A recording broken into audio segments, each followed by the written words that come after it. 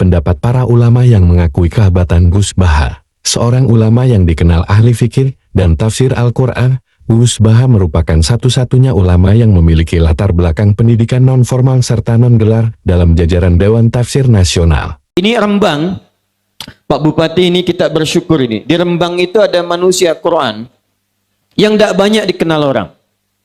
Itu kalau Bapak Ibu tanya tentang fikih dalam Quran, itu beliau luar biasa itu. Namanya Gus Baha. Gus Baha. Kapan-kapan kalau ada pengajiannya, hadiri pengajian beliau. Itu diantara orang yang sangat mengerti Al-Quran. UII punya pusat kajian tafsir, Pak Rektor.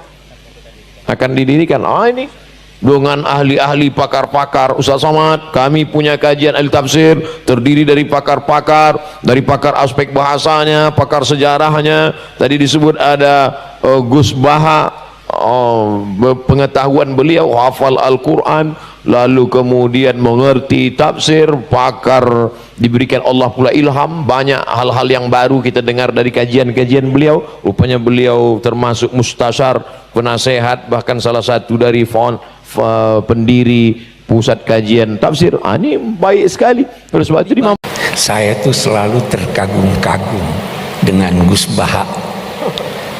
Dapat saja dia kisah dari Al-Quran untuk dia jadikan sebagai nasihat buat kita semuanya. Beliau orang alim, orang tawadhu, orang yang sederhana, apa adanya.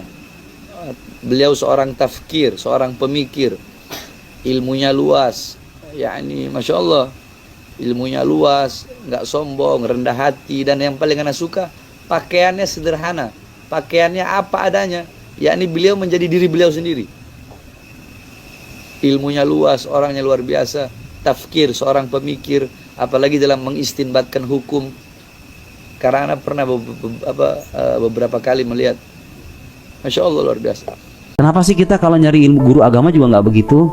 Jadi ini kiai itu beneran kiai apa enggak? Terus kata kiai-kiai yang lain gimana? Diakui keilmuannya. Orang kayak misalnya kayak Gus Baha ya, Gus Baha mah diakui keilmuannya. Banyak kiai yang mengakui kealiman. Udah ambil ilmunya. Terus tanya belajarnya di mana? Oh, belajar di pesantren. Gurunya siapa? Ki Maimun Subir. Yo tuh alim besar, ulama besar. Jelas tuh. Nah, ilmu kayak begitu. Banyak kiai-kiai nggak bergelar, Pak, di Jawa, tapi ilmunya ngelewatin kita yang bergelar. Benar nggak? Kenapa? Mereka ngaji. Jadi ilmu itu di mana aja, yang penting ngaji. Ada gurunya, ada muridnya, ada kitabnya, ada mulazamahnya, ada konsekuensi dalam waktu, disiplin. Itu jadi mau di mana aja diduduk. Maka muncullah sosok kayak Gus Baha, benar nggak? Ya, ngelewatin orang tamatan mana? Ya, profesor doktor aja bingung sama dia kok dia bisa ngomong begitu. Aku ingat lagi satu lagi, Gus Baha itu pernah ngasih tau gini, kenapa dia tuh ketika ngasih pengajian selalu tertawa-tawa, selalu ketawa-ketawa. Nah, kenapa? Terlihat bahagia gitu maksudnya? Karena dia bilang gini, coba kita lihat ya, ini mohon maaf ya, Ustadz satu ada dua mazhab, ada dua aliran. Satu yang kalau lu lihat ngisi nggak pernah ketawa sama sekali, senyum aja nggak pernah. Bahkan aku pernah lihat ada satu ustadz yang membahas hadis ini, jangan remehkan kebaikan-kebaikan kecil, walaupun bertemu dengan saudara-saudara dengan wajah yang berseri-seri, tapi wajahnya nggak berseri-seri ya, wajahnya kaku banget kayak kanebo kering ya. Betul. Ada orang kayak gini, karena dia mengambil dalil senyum itu atau ketawa itu mengeraskan hati. Tapi Gus Baha pernah ngasih tahu bahwasanya ada juga orang-orang yang ada hadis di mana kata Rasulullah ada umatnya pilihan Allah yang ketika dia itu di siang hari dia tuh senantiasa ceria wajahnya, ketawa terbahak-bahak karena dia yakin atas rahmat Allah. Dan ketika malamnya dia nangis ketika nggak ada orang. Nah artinya dia pengen menampilkan seolah-olah gini, jangan sampai orang lihat mukmin tuh susah gitu. Benar. Jadi kalau dia lihat mukmin tuh susah, mana mau orang masuk Islam kan itu kan. Nah itu menarik sih. Orang itu nganti cari kesenangan dengan maksiat karena tidak nyaman dengan taat. Sehingga kiai-kiai alim termasuk Bali Maksum, Mbah Mun, bapak saya, semuanya itu seneng guyon. Supaya orang itu nyaman dengan kiai, nyaman dengan taat. Sehingga nggak perlu seneng dengan yang maksiat. Tapi sekarang banyak orang membawa Islam itu dengan keras. Saya masih ingat wasiatnya bapak, hak kena ngaji guyon ae. Wong-wong bingung mikir utang katanya gitu ya. Dan Wali Maksum itu masyhur seneng guyon. Bapak saya itu pernah ngajak saya mau ke pondok. Santri-santri pas guyon itu kembali. Gak sida jong santri lagi guyon. Kayak nopo Pak? Guyon itu barang mewah. Santri itu kadang telat wesel radhi duwe. Iso guyon itu luar biasa. Makanya jangan diganggu aja gitu. Meskipun resikonya keterusan guyon double kayak tadi. Jadi itu sanad itu. Jadi itu sanad yang luar biasa. Jadi sebetulnya guyon tadi ada filosofi yang luar biasa. Supaya orang itu faroh bitoat atau faroh bima ahlahu. Sehingga ada ayat qul bi fadlillah wa bi rahmati fa bidzalika falyafrahu. Sehingga orang itu tidak perlu seneng lewat maksiat, hura-hura lewat maksiat. Kita cium tangannya Mbah Maksum sudah senang, cium tangannya Mbah Ali senang. Itu santri kalau ketemu Mbah Hamid nyium tangan, itu lebih senang ketimbang nyium tangan artis. Karena kalau nyium tangan artis, astagfirullah kan mesti kita tersiksa. Tapi kalau nyium tangannya Mbah Hamid itu dikenang sepanjang masa. Ini yang harus kita gerakkan fi zamanil akhir. Jadi orang harus terbiasa senang bitoat. Saya itu kalau sudah belajar tafsir misalnya, karena itu sesuatu yang saya tekuni. Saya belajar tafsir tidak lazim ya, tidak pakai kitab tafsir terus, tidak. Seringnya pakai fikih. Ya karena saya punya guru Mbah Maimun adalah putra Ki Zubair Al-Faqih. Saya punya guru bapak saya sendiri, punya guru-guru wali. Jadi saya ini punya jalur ulama, punya jalur wali. Sehingga kemungkinannya saya itu kalau nggak ulama ya wali atau gaduh-gaduh nggak jelas itu karena saking banyaknya.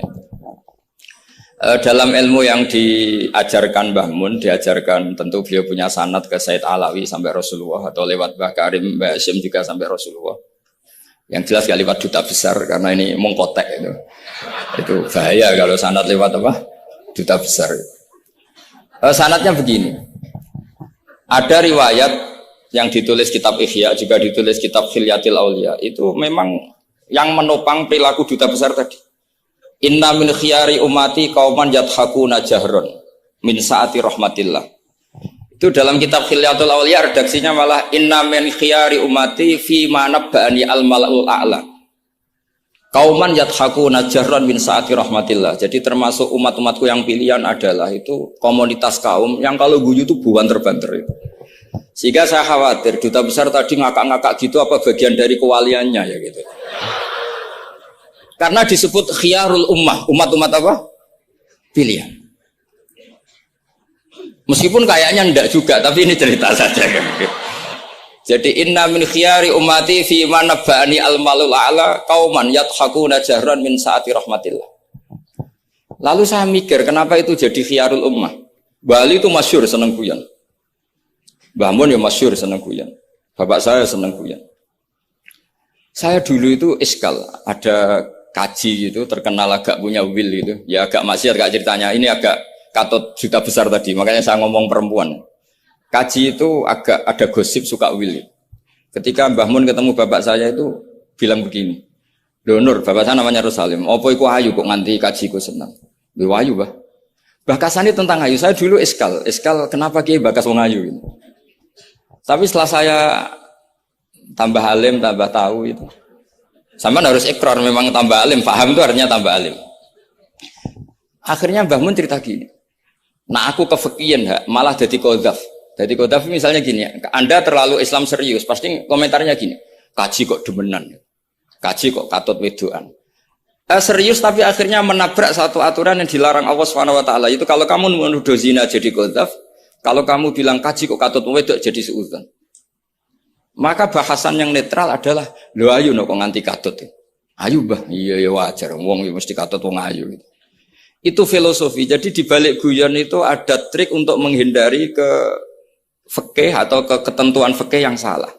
Yaitu kalau kamu kejebak ekstrim, kaji kok seneng wong ayu, kaji kok demenan, maka berarti Anda qadzaf. Qadzaf itu menuduh orang lain yang enggak jelas apa buktinya. Maka guyon ini satu-satunya cara menghindari kesalahan yang lebih fatal.